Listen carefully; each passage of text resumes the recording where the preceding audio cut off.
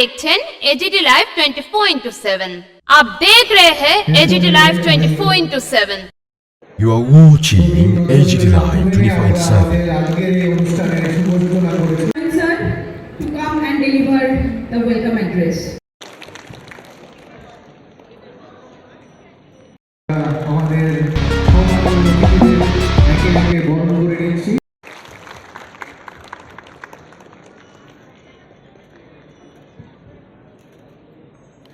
তাই আমরা আছি। অসংখ্য ধন্যবাদ এই 50 বছর ধরে ত্রিপুরা গ্রামীণ ব্যাংকের পাশে থাকার জন্য। Brought thousands of previously unbanked households into the formal financial system. Through direct benefit transfer, we have ensured seamless and timely delivery of government benefits, reinforcing trust and eliminating leakages. Our extensive work under Kisan Credit Card, Prime Minister Fasal Bima Yojana, Pradhan Mantri Jeevan Jyoti Bima Yojana, Pradhan Mantri Suraksha Bima Yojana, and Atal Pension Yojana has strengthened social and financial security for farmers, workers, and vulnerable sections. Equally significant has been our role in implementing state government schemes, supporting rural livelihoods, women empowerment, and youth entrepreneurship. The bank, close coordination with district administration and the line departments, has ensured effective credit linkage, subsidy integration, and financial literacy at the village level. This journey of public service has evolved alongside a remarkable institutional transformation. From the day of manual ledgers and handwritten registers, Tripura Grameen Bank has progressed to a fully digital technology-driven institution. With the implementation of core banking solution, strengthened IT infrastructure, cyber security platform, and digital delivery channels such as UPI, RuPay debit card, platinum debit card, mobile banking, internet banking, QR codes, and WhatsApp banking. We have ensured that technology serves inclusion, not exclusion. Today, our digital architecture enables a farmer in a remote village to access banking services comparable to any urban customer. In doing so, we have successfully connected the grassroots economy with the elite financial ecosystem, enabling farmers, self-help groups, artisans, and micro entrepreneurs to participate confidentially in formal market, digital payment, insurance coverage, and pension payments. These sustained efforts have received recognition at both national and state level.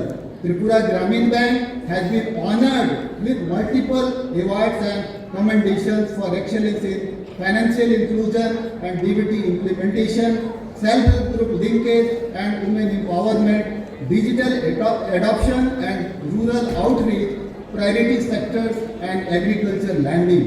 These honors reflect not just institutional performance but the collective commitment of our officials and staff who serve tirelessly in challenging terrains with dedication and integrity.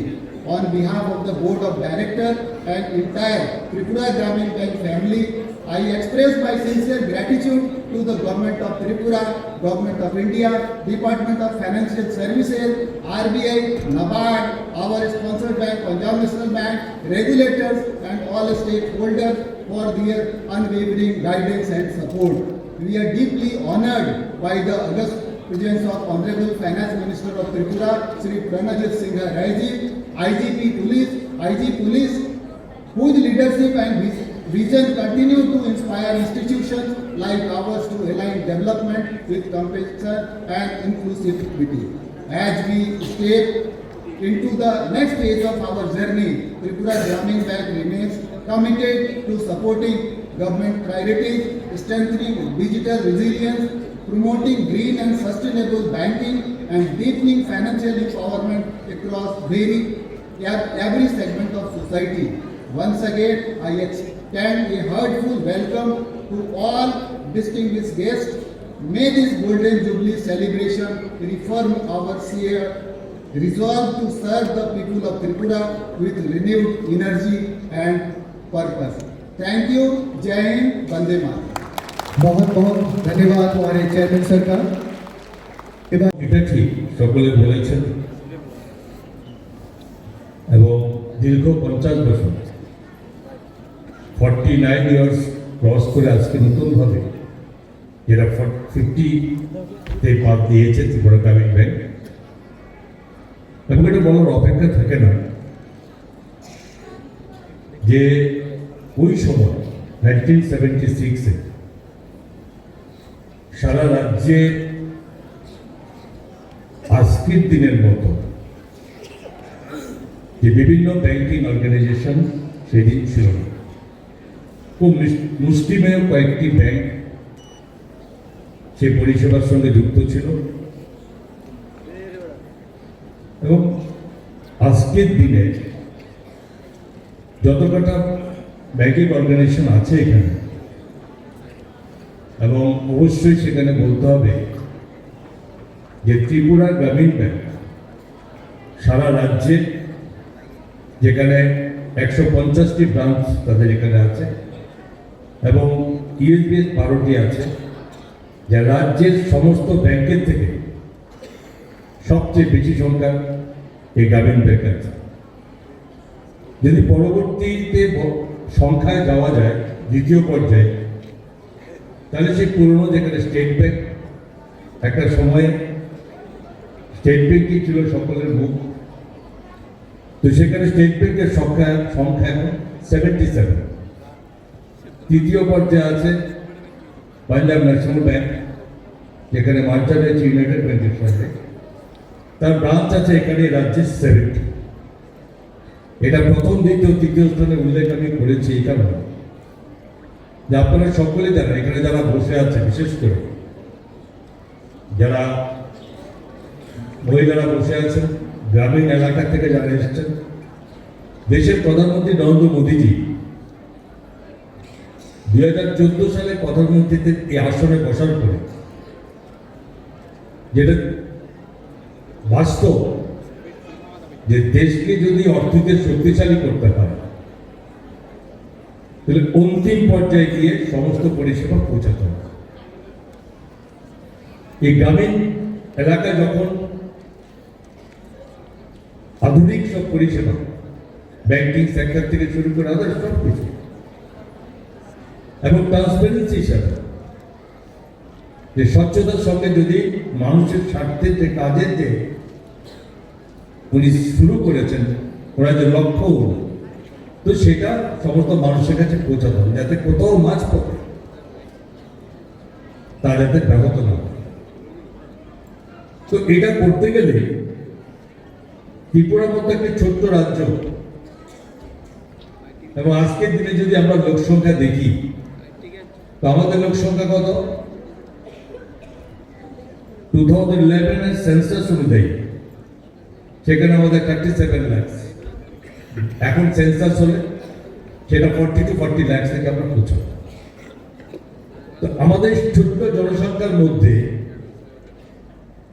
এবং আমাদের 8টা district মিলিয়ে যে আজকে banking পরিষেবা, অবশ্যই বলতে হবে সেই দিন যে এখন গ্রামে ত্রিপুরা গ্রামীণ ব্যাংক, নামটাও ত্রিপুরার সঙ্গে গ্রামীণ ব্যাংকের নাম হওয়া আর গ্রামীণ ব্যাংক সেখানে পৌঁছে যাওয়া, এটা রাজ্যের অর্থনীতিতে এবং রাজ্যের মানুষের জন্য সুযোগ দেওয়া করা, যেখানে দেশের প্রধানমন্ত্রীর ভাষা ছিল, আজকে রাজ্য সরকার মাননীয় মুখ্যমন্ত্রীর নেতৃত্বে আমরা সেই কাজটুকু অবশ্যই ব্যাংকার্সের মাধ্যমে, তো বিশেষভাবে গাইডলাইন সেই জায়গায় পৌঁছে গেছে। এখানে আমি দেখেছি, একবারে আমি চেয়ারম্যানের সঙ্গে কথা বলছিলাম যে total account about 20 lakhs, direct particular single person account holder there is minimum 20 lakhs, but এটার সঙ্গে যুক্ত অ্যাবাউট 35 lakhs, যে একটা লোক, একটা পরিবার ব্যক্তি একাধিক ব্যাংকে অ্যাকাউন্ট খোলে। তো out of 40 lakhs 20 lakh about যেখানে অ্যাকাউন্ট হোল্ডার আছে গ্রামীণ ব্যাংকে, তো সেখানে বুঝতে হবে যে রাজ্যের 50% বেশি মানুষ সরাসরি গ্রামীণ ব্যাংকের সঙ্গে যুক্ত। তো এখানে স্বাভাবিকভাবে আজকে যে বেনিফিশিয়ারি স্কিমগুলো আছে আমাদের এবং রাজ্য সরকার এবং আমাদের কেন্দ্রীয় সরকার, এই সমস্ত স্কিমগুলোর মধ্যে অবশ্যই বলেছেন চেয়ারম্যান স্যার যে প্রধানমন্ত্রী জনধন যোজনা এবং ডাইরেক্ট বেনিফিট ট্রান্সফার, যেটা থেকে এখন প্রত্যেকটি সরকারি বেনিফিটে যাতেই থাকুক সে ডাইরেক্টলি তাদের ট্রান্সফার করে ডিবিটির মাধ্যমে। কিষাণ ক্রেডিট কার্ড একটা ইজ বেস্ট ইম্পর্টেন্ট যে সাবজেক্ট, যেখানে দেশের কৃষি ব্যবস্থাকে শক্তিশালী করার যে পরিকল্পনা গভর্নমেন্ট অফ ইন্ডিয়া নেওয়া হয়েছে, আমাদের রাজ্য সেভাবে কৃষকদের কাছে আমরা সমস্ত রকম সুযোগ দিয়ে পৌঁছাবার ব্যবস্থা করেছি। এবং ব্যাংক নাবার্ড এখানে বসে আছে, কৃষিক্ষেত্রের সঙ্গে নাবার্ডের সরাসরি যুক্ত, এবং তার মাধ্যমে যে সমস্ত সুযোগ আমাদের আসছে, আজকে কৃষি ব্যবস্থাতে আমাদের স্টেটে অনেক অগ্রগতি নিয়ে গেছে। তো তেমনি মানুষকে সঠিক জায়গায় পাওয়ার সেটা পাচ্ছে, তার সঙ্গে স্বনির্ভর গোষ্ঠী যেখানে অ্যাসিটি গ্রুপ, এই সেলফ হেল্প গ্রুপ, আমরা যখন সরকারে আসি 2018-এ, তখন অ্যাসিটি গ্রুপের সংখ্যা ছিল 4,150 number into each group 10, that is 41,550 of public sector যুক্ত ছিল। Now we have reached 56,000 HCG group above, 5 lakhs above, যেখানে মহিলারা জড়িত আছে। প্রতি গ্রামে গেলে খুব কম খুঁজে পাওয়া যাবে। 9,90,000 ফ্যামিলি হোল্ডার্স আমাদের স্টেটে, তার মধ্যে যদি 5 লাখ অ্যাবাভ মহিলা যদি যুক্ত থাকে, তাহলে 50% অ্যাবাভ সেখানে পরিবার সরাসরি HCG গ্রুপের সঙ্গে যুক্ত আছে। তো এটা হিসাব করলে বোঝা যাবে যে রোজগারের মধ্যে আনার জন্য প্রধানমন্ত্রী যে যোজনা, এই স্বনির্ভর, তো এই সভাতে কিন্তু আমাদের রাজ্যে অনেক দূর আমরা গিয়েছি। ত্রিপুরা গ্রামীণ ব্যাংকের মাননীয় চেয়ারম্যান শ্রী সত্যেন্দ্র সিংজি এবং এখানে উপস্থিত আছেন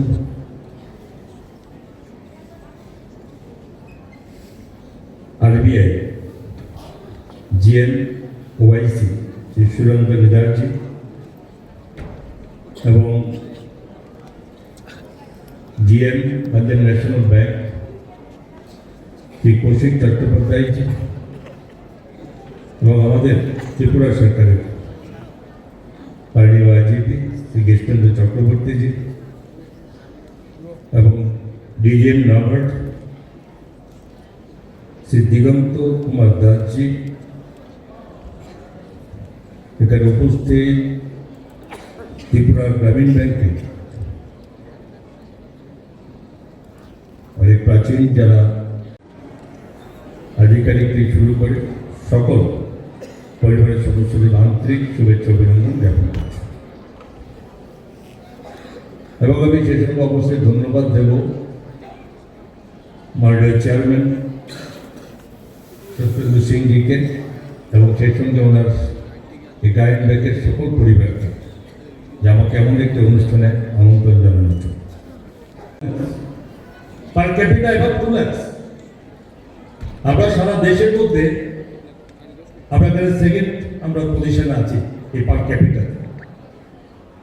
তো এই সমস্ত কিছু মিলে যদি যাই আমাদের করি, তার সঙ্গে অবশ্যই প্রধানমন্ত্রী দেওয়া ডাইরেকশন এবং রাজ্য সরকার মাননীয় মুখ্যমন্ত্রীর প্রচেষ্টা এবং সেই সঙ্গে অবশ্যই ব্যাংকার্সদের ভূমিকা সেখানে অত্যধিক গুরুত্বপূর্ণ, আর আমরা এটাকে পৌঁছাতে পারি। তো গ্রামীণ ব্যাংকে অবশ্যই তার মধ্যে অন্যতম, বাকি সিটি রেশিও যদি বলা যায়, আমাদের স্টেটের CD ratio 50%, but Gramin bank report vibrantly achieve 41% CD ratio. I think it is first banker the CD ratio 41% তারা অ্যাচিভ করেছে, বাকি অন্যান্য ব্যাংকের মধ্যে আছে। আমি সেদিন PNB-র একটি মিটিংয়ে ছিলাম, reserve bank GM sir also you will with me, तो था उस दिन, तो उस पर भी ऐसा बोला था ना जिसमें PNB भी इससे नीचे है, 37 साइज भूल गया, ऐसा हो गया। তো ম্যাডাম আমার বক্তব্য হচ্ছে গ্রামীণ ব্যাংক ওখানে পৌঁছেছে যেখানে আমাদের বিকশিত ত্রিপুরা আমাদের রোডম্যাপ করা হয়েছে মাননীয় মুখ্যমন্ত্রী, যেমন বিকশিত ভারতের রোডম্যাপ তৈরি করেছে প্রধানমন্ত্রী নরেন্দ্র মোদীজি, ঠিক তেমনি আমাদের রোডম্যাপও তৈরি করা হয়েছে 2047 আমাদের কি হবে অর্থনৈতিক অবস্থা রাজ্যে, দেশের প্রধানমন্ত্রী ঠিক করেছেন দেশের অবস্থা কি হবে। তো সেই ক্ষেত্রে আমাদের টার্গেট রেশিও কত 80%। তো আজকের দিনে 50 বছরের পদার্পণ ত্রিপুরা গ্রামীণ bank সিডিও ratio already 41%। After 22 years তখন সেটা হবে 72 ইয়ার্স। तो আমার মনে হয় চেয়ারম্যান সাহেব तो ऐसे करते रहेंगे तो जो 80% का टारगेट है हमारे स्टेट गवर्नमेंट का इन द ईयर ऑफ 2047 तो हमको लगता है ग्रामीण में पहुंच जाएंगे। तो इसके लिए भी जो এই দিনে এটা অবশ্যই একটা বড় ব্যাপার থাকবে যে এখানে এই জায়গায় পৌঁছাতে পারবে গ্রামীণ ব্যাংক। ये न्यूज कंटेंट देखने के लिए शुक्रिया। अगर आपका कोई सुझाव है तो हमें कमेंट कीजिए, सब्सक्राइब कीजिए AGT Live 24/7। Thanks for